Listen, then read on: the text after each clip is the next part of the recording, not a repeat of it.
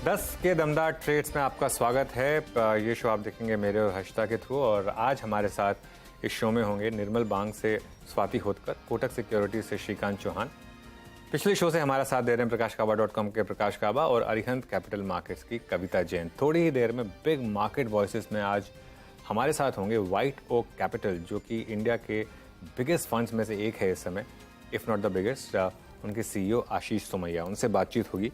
ये सब कुछ लाइंड अप है आपके लिए थोड़ी देर में, लेकिन इससे पहले एक बार जरा मार्केट का स्टेटस चेक कर लेते हैं। और मार्केट में आज अगर आप इंडेक्स ट्रेडर हैं तो कुछ भी नहीं है, जैसे कहते हैं, या तो थंब ट्विडलिंग करिए या फिर साइड में बैठिए, या फिर आप इंडिविजुअल स्टॉक्स पर फोकस करिए। निफ्टी में 0.06% का मूव, बैंक निफ्टी में 0.07% का मूव, मिड कैप इंडेक्स में हालांकि हल्का सा ट्रैक्शन है 0.1%, लेकिन एडवांस डिक्लाइन काफ़ी स्ट्रॉन्ग है, करीब करीब 2:1 का एक एडवांस डिक्लाइन आपको आपकी स्क्रीन पर दिखाई देगा। तो एक इस समय मिड कैप मार्केट में थोड़ा सा मोमेंटम। अब बात करते हैं कुछ स्टॉक्स की।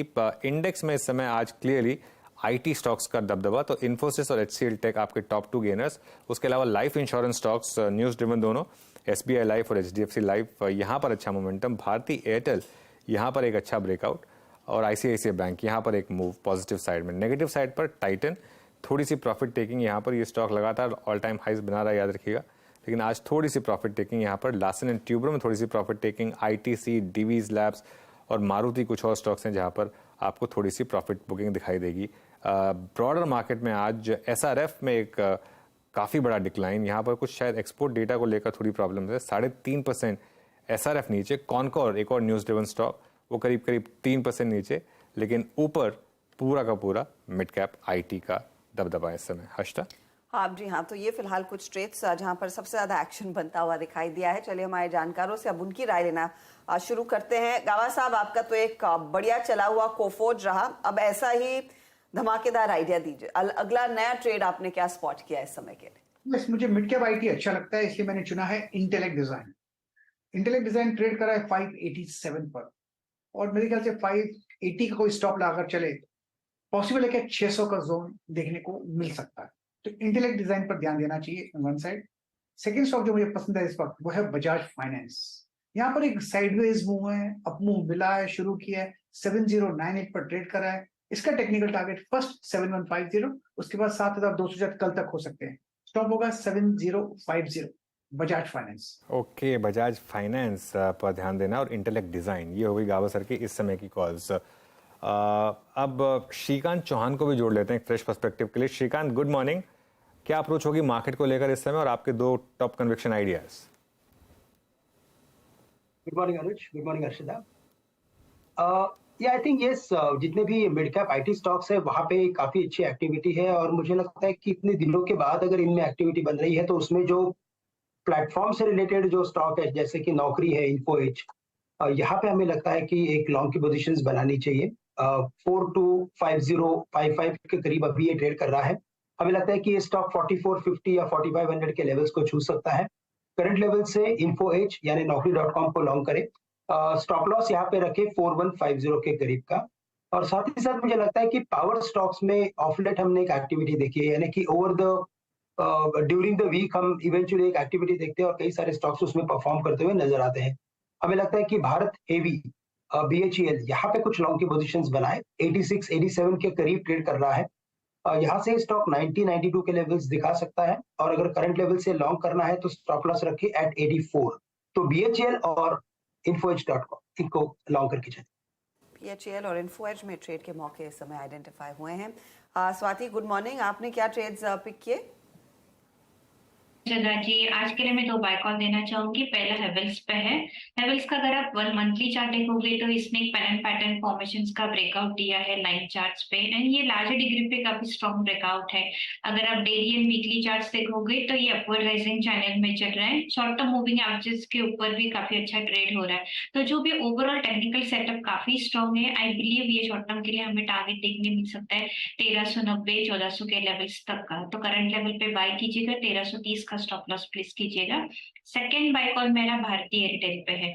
भारतीय एयरटेल स्टॉक की काफी स्ट्रॉन्ग प्लेसमेंट है ऑन द टेक्निकल फ्रंट, क्योंकि अगर हम लोग निफ्टी में भी करेक्शन देख रहे हैं तो ये टेलीकॉम काउंटर में मुझे अभी भी पॉजिटिव मोमेंटम नजर आ रहा है। भारतीय एयरटेल लास्ट 5-6 दिनों से काफी साइडवेज मोमेंटम में चल रहा था 830 से 840 में, आज 840 के ऊपर अच्छा भी स्ट्रेंथ अभी भी बरकरार है। मुझे लगता है इसमें काफी स्ट्रॉन्ग पोटेंशियल है 860 टू 870 के रेंज में तक पहुंचने की। तो भारतीय एयरटेल करंट लेवल पे बाय कीजिएगा, 830 का स्टॉप लॉस प्लेस कीजिएगा और इमीडिएट टारगेट ऑफ 860। बिल्कुल भारतीय एयरटेल पिछले शो में सचिन ने भी इस पर कॉल दी थी, इस समय स्वाति जी की भी कॉल। एक अच्छा मूव यहाँ पर हेवल्स हमने स्पॉट किया था और हेवल्स में भी एक अच्छा मोमेंटम इस समय, और यहाँ पर स्वाति जी की कॉल। तो इस समय क्लियरली मार्केट में इंडिविजुअल स्टॉक्स में अच्छा momentum. Kavita ji, fresh 2 ideas आपने निकाले? हाँ, पर मैं वापस सच सुनेगा तो प्लीज सर सारे ट्रेड्स ले लेते हैं। It took 4 hours, it took intellect too.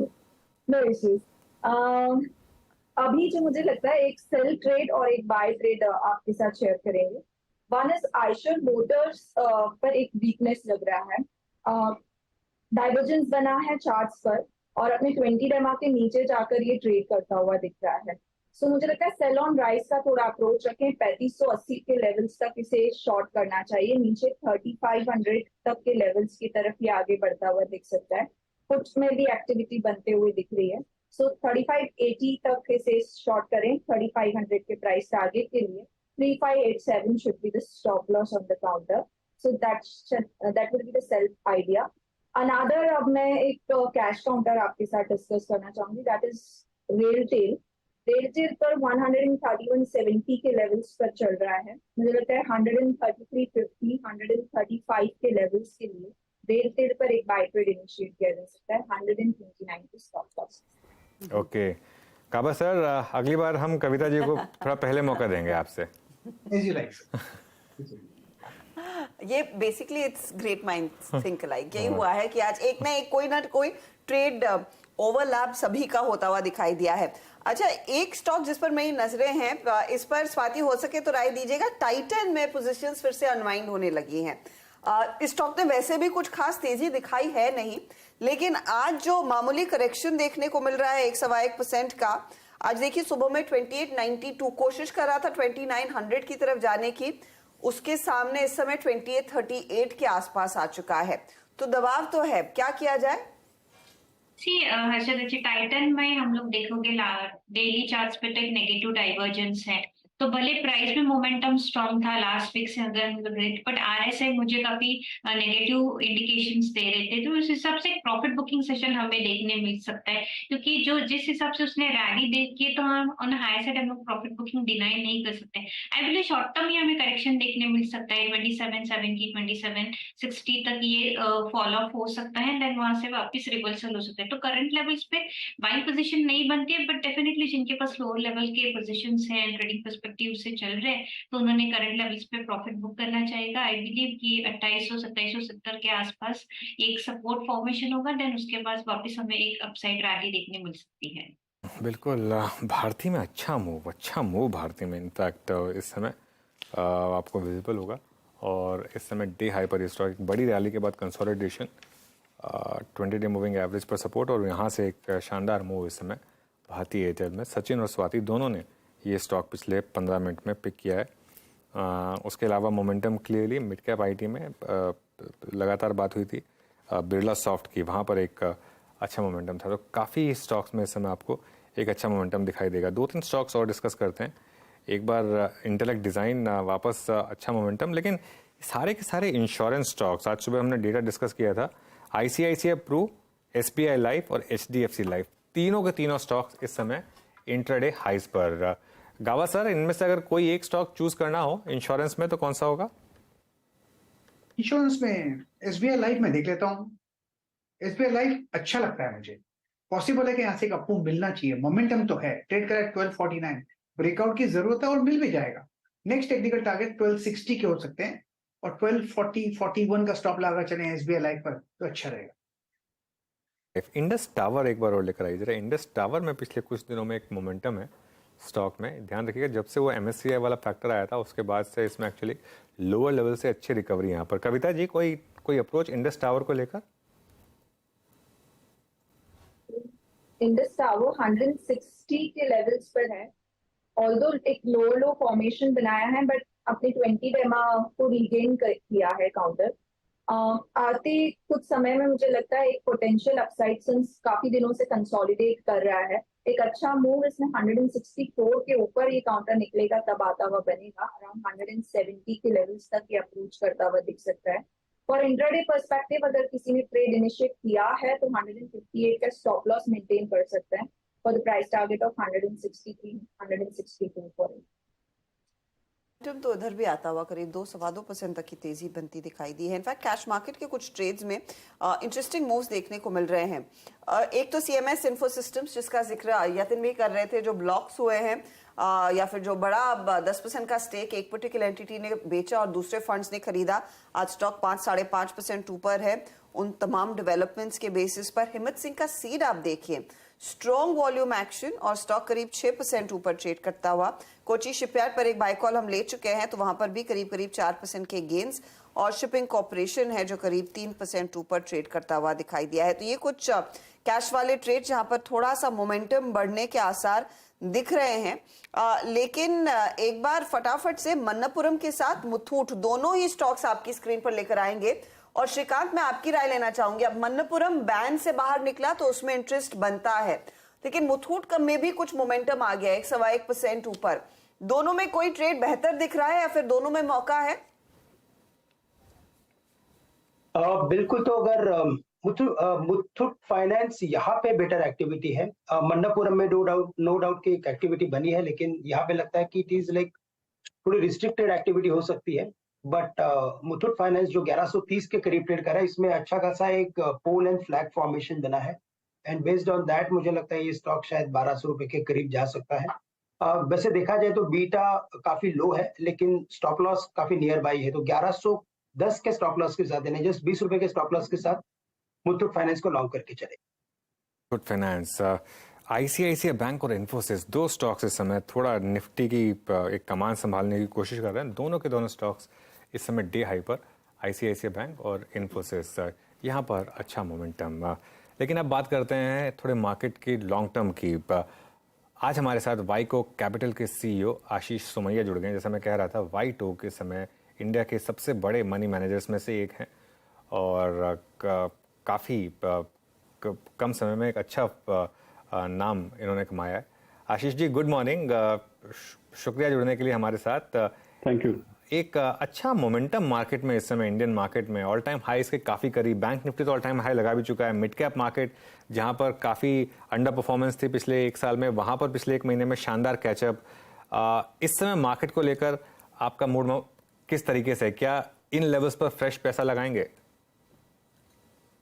तो अनुज जी, एक्चुअली अगर आप देखें तो पिछले मुझे ऐसा लग रहा है कि पिछले 1.5 साल में हमने देखा है कि मार्केट में कोई एक तरीके से आप देखें तो डायरेक्शन नहीं था, काफी ऊंच नीच, काफी करेक्शन, और ज्यादातर ये सारे के सारे जो ऊंच नीच, हेडविंड्स, वॉलेटिलिटी जो भी हम बोलते हैं, ये बाहर के माहौल को लेकर के थे।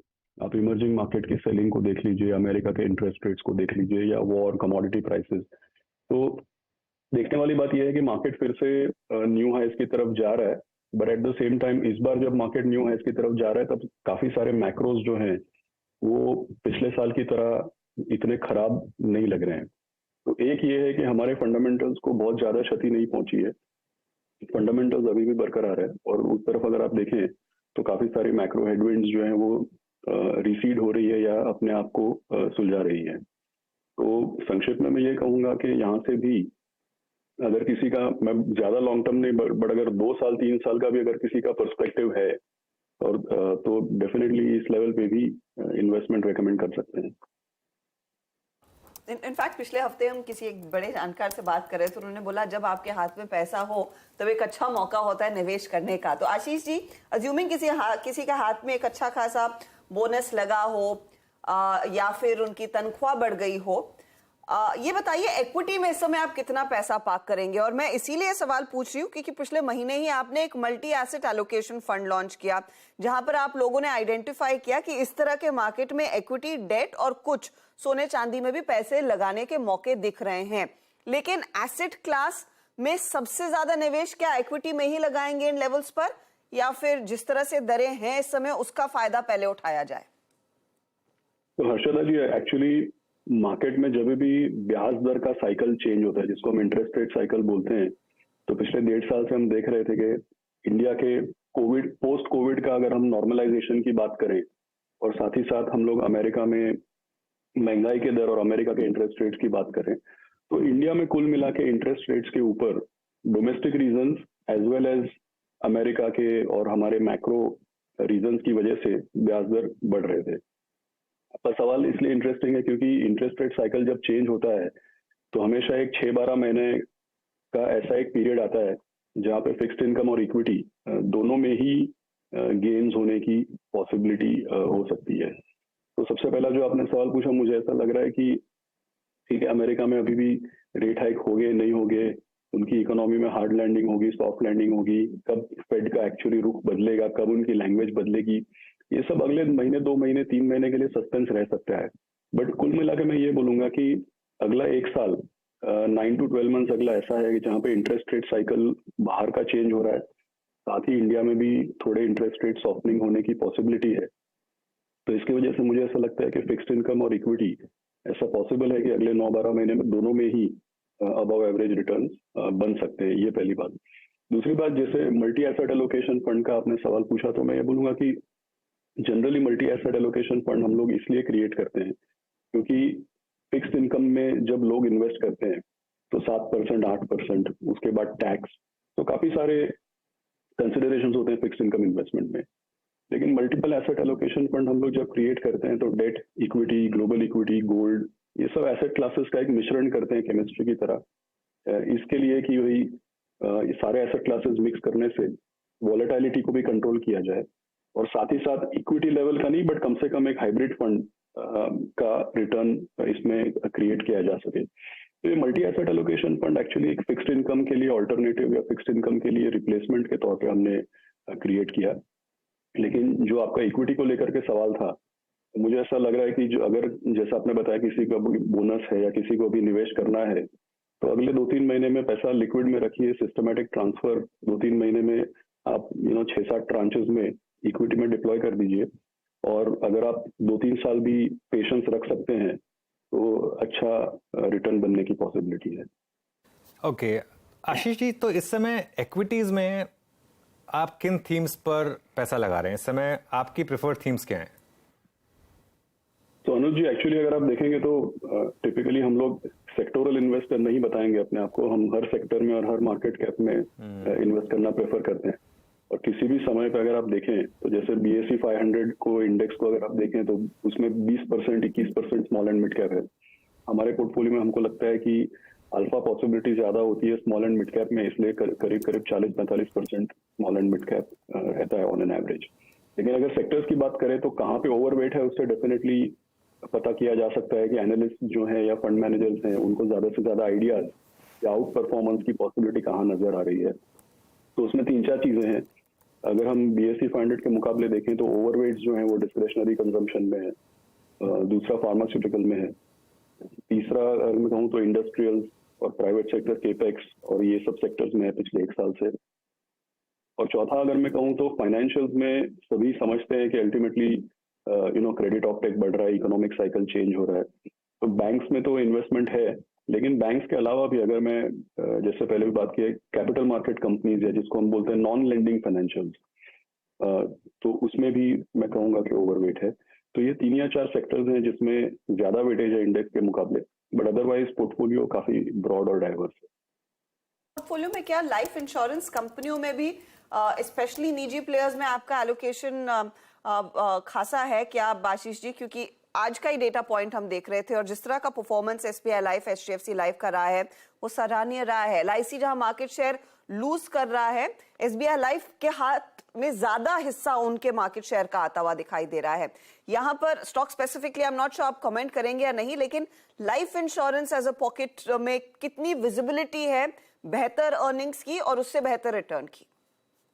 तो हर्षदा जी, जब मैं अनुज जी को जवाब दे रहा था, मैंने बोला कि जैसे बैंक्स के अलावा जिसको हम बोलते हैं नॉन लेंडिंग फाइनेंशियल, तो उससे मेरा मतलब काफी हद तक अगर आप देखें तो इंश्योरेंस कंपनीज और कैपिटल मार्केट कंपनीज से लेकर ही था। और ये बात जरूर है कि अगर आप एसेट मैनेजमेंट कंपनीज देखें या इंश्योरेंस कंपनीज भी देखें, क्योंकि पिछले 10 साल में ही मार्केट दोनों ही सेक्टर्स का अगर आप देखें, और जैसे आपने लाइफ इंश्योरेंस का बोला, तो ये जो सेक्टर्स है इसमें मेरे ख्याल में पिछले 10 साल में 10x ग्रोथ हुआ है प्रीमियम कलेक्शन में या मार्केट साइज या एसेट्स अंडर मैनेजमेंट में। तो इतनी जब एक्सप्लोसिव ग्रोथ होती है और आगे भी विजिबिलिटी, इतनी ही एक्सप्लोसिव विजिबिलिटी है सेक्टोरल ग्रोथ की, तो ये बात सही है कि रेगुलेटर्स जो हैं या गवर्नमेंट अथॉरिटीज जो हैं वो सेक्टर को रेगुलेट करेंगे। उसमें अगर कोई इम्परफेक्शन है या जैसे कोई आर्बिट्राज है टैक्स वगैरह को लेकर के, यहाँ पे रेवेन्यू लीकेज है, तो ये सारी चीजें अलाइनमेंट का जो काम है ये तो बीच बीच में होता ही रहेगा। लेकिन इससे जो लंबे अरसे की विजिबिलिटी है ग्रोथ की, वो मुझे नहीं लगता है कि डिसलॉज हो जाती है या चेंज हो जाती है। तो माहौल जैसे कोविड की वजह से हेडविंडेड था, फिर कुछ इम्प्रूवमेंट हुआ, अब जाकर के आपको दिख रहा है फिर से कुछ रेगुलेटरी या टैक्सेशन रिलेटेड चैलेंजेस आए हैं। तो ये हेडविंड्स और टेलविंड्स लगे रहते हैं, लेकिन लंबे अरसे में अगर आपको फाइनेंशियल्स का अगर हम एक्सपोजर रखते हैं, तो ये समय आ गया है कि केवल फाइनेंशियल्स में बैंक्स को ही ना देखें, और जो नॉन लेंडिंग फाइनेंशियल्स है, जिससे मेरा मतलब है इंश्योरेंस जैसा आपने जिक्र किया, या एसेट मैनेजमेंट है, मार्केट इंफ्रास्ट्रक्चर इंटरमीडियरीज है, वेल्थ मैनेजमेंट कंपनीज हैं, ब्रोकिंग कंपनीज हैं, depositories, registrar and transfer agent, तो ये बहुत बहुत बड़ा सेक्टर है और इसका शायद अभी BSE 500 या इंडाइसेस में इतना बड़ा वेटेज नहीं है, लेकिन आगे जाकर के इसका वेटेज भी बढ़ेगा और ये मार्केट साइजेस भी काफी बढ़ेंगे। तो शॉर्ट टर्म टेलविंड या हेडविंड से इसमें कोई चेंज नहीं हो जाएगा कन्विक्शन। ओके, अच्छा आशीष जी एक बात बताइए, ये इस समय इंडियन आईटी को लेकर आपका क्या व्यू बन रहा है? क्योंकि हमने एक डाइवर्जेंस देखी है between large cap and mid caps. हालांकि अब लार्ज कैप से पार्टिसिपेट कर रहे हैं रैली में, लेकिन मिड कैप आईटी में तो शानदार रैली रही है। यहाँ पर आपकी पोजीशंस हैं क्या और किस तरीके का व्यू है आपका? तो अनुज सर, एक्चुअली थोड़े समय पहले जैसे हमने बात की थी इसके ऊपर, हम लोगों ने इनफैक्ट जो भी हमारी टीम है, या अगर आप हमारे पोर्टफोलियोज देखते हैं म्यूचुअल फंड्स के या पोर्टफोलियो मैनेजमेंट के, तो आप पाएंगे कि कंसिस्टेंटली आईटी इक्वल वेट या स्लाइटली ओवरवेट रहा है। और अगर आप इंडेक्स के मुकाबले देखें, BSE 500 के मुकाबले देखें, तो आपको मिलेगा कि जैसे इंडेक्स में ज्यादा चर्चा बड़ी कंपनीज की होती है, लेकिन हमारा ज्यादा एक्सपोजर मिड कैप कंपनीज में रहा है। और जनवरी फरवरी में हमारी टीम ने थोड़ा बहुत एक्सपोजर बढ़ाया भी। तो मिड कैप आईटी को लेकर के, क्योंकि स्टॉक स्पेसिफिक हर कंपनी का अपना अलग बिजनेस है, अलग अलग सेगमेंट्स में है, और इसमें अगर आप इनकी कमेंट्री सुने, एक्चुअल रिपोर्टेड परफॉर्मेंस भी देखें, तो इतनी भारी कोई क्षति नहीं पहुंची है। ऑफ कोर्स लार्ज कंपनीज ने अपने रेवेन्यू प्रोजेक्शंस में, हेडलाइन ग्रोथ में थोड़ा कॉशन दिखाया है, वो सही बात है, लेकिन मिड कैप कंपनीज का ज्यादा सस्टेनेबल रहा है परफॉर्मेंस। और अगर हम हमारा पोर्टफोलियो देखें तो मिड कैप की, और ये आज की बात नहीं है, पिछले 3 या 4 साल से ऐसा रहा है कि मिड कैप आईटी में ज्यादा एक्सपोजर रहा है कंसिस्टेंटली। तो मिड कैप आईटी में दरअसल अच्छा खासा निवेश अब बना है और उसके रिटर्न्स अब आते हुए दिखाई देंगे। अच्छा, एक क्योंकि आप मिड कैप पर फोकस्ड है टेक्नोलॉजी को लेकर, क्या आप मिड कैप डिफेंस कंपनियों में भी पोजीशन रखते हैं आशीष जी? क्योंकि ये एक स्पेस है जहां पर कंपनियों ने अपने प्रोडक्ट मिक्स को काफी रिफाइन किया है और इन सब की ऑर्डर बुक दरअसल पिछले 5 सालों की तुलना में काफी बेहतर हो गई है और ज्यादा विजिबिलिटी रखती है अब। जी, ये जैसा मैंने एक ब्रॉड तरीके से बताया इंडस्ट्रियल और केपेक्स रिलेटेड, बट डेफिनेटली इसके अंदर एक सब सेक्टर रहेगा डिफेंस का, और पिछले 1 साल में इसमें एक्सपोजर हमारा रहा भी है और काफी नई कंपनियां भी इसमें लिस्ट हुई है। उसमें भी सिलेक्टिवली हमारी टीम ने न केवल आईपीओज में या पोस्ट आईपीओ कंसिस्टेंटली पार्टिसिपेट किया भी है, और इससे पिछले 1 साल में हमारे निवेशकों को रिवॉर्ड भी मिला है। अगर आप देखें 2022 का शुरुआती जो समय था, उसमें एक भारी सेक्टर रोटेशन हुई कमोडिटीज और पब्लिक सेक्टर एंटरप्राइजेस को लेकर के। तो पहले 6 महीनों में क्योंकि high governance, small and mid cap, bottom up stock picking, ये सब चीज़ों पे ध्यान था। तो 2022 के पहले 4-5 महीनों में काफ़ी हेडविंडेड एनवायरनमेंट रहा और इंडेक्स के मुकाबले थोड़ा अंडर परफॉर्मेंस भी हुआ। लेकिन उसके बाद अगर आप पिछला एक साल देखें, मई 22 से लेकर के मई 23 तक अगर आप देखें, तो इंडस्ट्रियल्स का एक बड़ा योगदान रहा है। और इसमें जैसे डिफेंस सेक्टर की कंपनीज भी हैं, इनका काफ़ी एक बड़ा योगदान रहा है हमारे परफॉर्मेंस में अल्फा लाने पे। ओके, ये टू व्हीलर स्पेस में बहुत बड़ी रैली, यहाँ पर क्या स्टॉक्स में अब थोड़ा एक, जैसे टीवीएस मोटर जैसे स्टॉक्स हैं आशीष जी, क्या एक मिनी बबल लग रहा है या फिर मार्केट कुछ प्राइसिंग करने की कोशिश कर रहा है जो शायद इस समय हम नहीं देख पा रहे होता, क्योंकि जिस तरीके की रैली हुई है इन स्टॉक्स में बहुत ही स्टनिंग। तो अनुज सर, डेफिनेटली मुझे ऐसा लग रहा है कि ये थोड़ा मतलब टेक्निकल की तरफ नहीं जा रहा हूं मैं, लेकिन मुझे ऐसा लगता है कि अगर आप 2022 का, जैसे पिछले सवाल में भी मैं बता रहा था, 2022 के पहले 6-7 महीनों में एक भारी सेक्टर रोटेशन हुआ मार्केट में। तो कुछ तो है वो, एक्चुअली क्या होता है कि जैसे मार्केट में या इंडेक्स में या स्टॉक परफॉर्मेंस में काफी कारणों की वजह से रोटेशन होता है, और फिर जब वो रोटेशन को लेकर के मैक्रोस चेंज हो जाते हैं तो एक तरीके से नॉर्मलाइजेशन या रीएलोकेशन भी हो सकता है। और उसमें जो सेगमेंट्स बहुत ज्यादा अंडर वैल्यूड हो गए, उसमें फिर से आपको रोटेशन देखने को भी मिल सकता है। तो मुझे ऐसा लग रहा है कि एक नॉर्मलाइजेशन है जहाँ पे अंडर वैल्यूएशन हो गई थी वहाँ पे, बट इसको ज्यादा एक्स्ट्रापोलेट नहीं करना चाहिए, क्योंकि इस सेक्टर में दूसरे चैलेंजेस भी हैं। जैसे अगर आप 4 व्हीलर्स देखें या इवन 2 व्हीलर्स आप देखें, तो पहले के विनर्स कौन थे, आगे विनर्स कौन रहेंगे, इसमें हर 6-12 महीने में एक्सपेक्टेशंस भी चेंज हो रहे हैं। तो कॉशन रखना चाहिए, ऐसा मेरा मानना है। एक और क्षेत्र जिस पर मैं आपकी राय लेना चाहूंगी वो है रियल एस्टेट कंपनियां। कंसिडरिंग आप पहले ऑफ कोर्स ब्याज दरों की साइकिल की बात कर रहे थे, अब एक चीज हमने देखी, बढ़ती ब्याज दरों के बावजूद रियल्टी कंपनियों में ऑल टाइम हाईस पर ट्रेड बनता दिखाई दिया। अब दरों में एक पॉज आया है, यानी कि इन लेवल्स पर कुछ समय के लिए टिकी रहेंगी। क्या अब मौका है इन स्टॉक्स में और तेजी आने का, या फिर वैल्यूएशंस महंगे लगे? अच्छा जी, मुझे ऐसा लग रहा है कि रियल एस्टेट जो है 2010 से लेकर के 2021 तक ये एक हेटेड सेक्टर हो गया। और पिछले साल जैसे हम बोलते थे डिजिटल कंपनीज के बारे में, मीम्स बनने लगे, या डिजिटल कंपनीज जो एक हेटेड सेक्टर था, मेरे ख्याल में वो सबसे ज्यादा रियल एस्टेट उस तरीके का एक हेटेड सेक्टर रहा पिछले 10-12 सालों तक।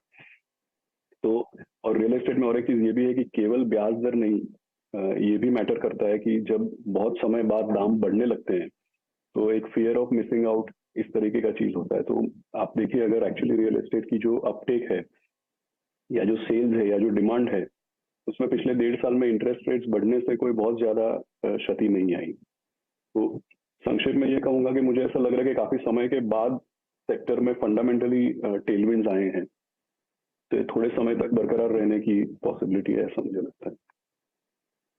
ओके, चलिए, तो ये इस समय बात होगी मार्केट की। आशीष जी, शुक्रिया जुड़ने के लिए आज हमारे साथ और ये सारी बात रखने के लिए। और ये व्हाइट ओक कैपिटल का व्यू इस समय मार्केट को लेकर। मार्केट एक बार लेकर आई है डेज हाई। आप जरा निफ्टी में एकदम से जंप आया हश्ता 39 पॉइंट का जंप, लेकिन मेरी नज़र बार बार जा रही है मिड कैप इंडेक्स पर। और ब्रॉडर मार्केट में देखिए क्या शानदार मूव इस समय, और मिड कैप इंडेक्स करीब करीब 1/3% ऊपर, और इंटेलेक्ट डिजाइन क्या शानदार पिक रही वो गाबा सर की, मेरे ख्याल से एक अच्छा मूव वहाँ पर। REC, Coforge 4511, PVR, INOX, insurance stocks, market में मोमेंटम है, क्लियरली ब्रॉडर मार्केट में अच्छा मोमेंटम है इस समय। बहुत स्ट्रॉन्गर नोट पर फिर हम नीरज जी को हैंडओवर कर देते हैं। मिड कैप इंडेक्स भी 120.2 पर, एडवांस डिक्लाइन रेशियो 2:1। बहुत ही मजबूत एडवांस डिक्लाइन सबसे बढ़िया है। मुझे लगता है वही तेजी का सबसे बड़ा कारण है। और आज और कल 2 दिन आपके पास मौके हैं लाइफ हाई करने के। हाँ, मौके तो बहुत है, अब कर देना चाहिए 2 दिन।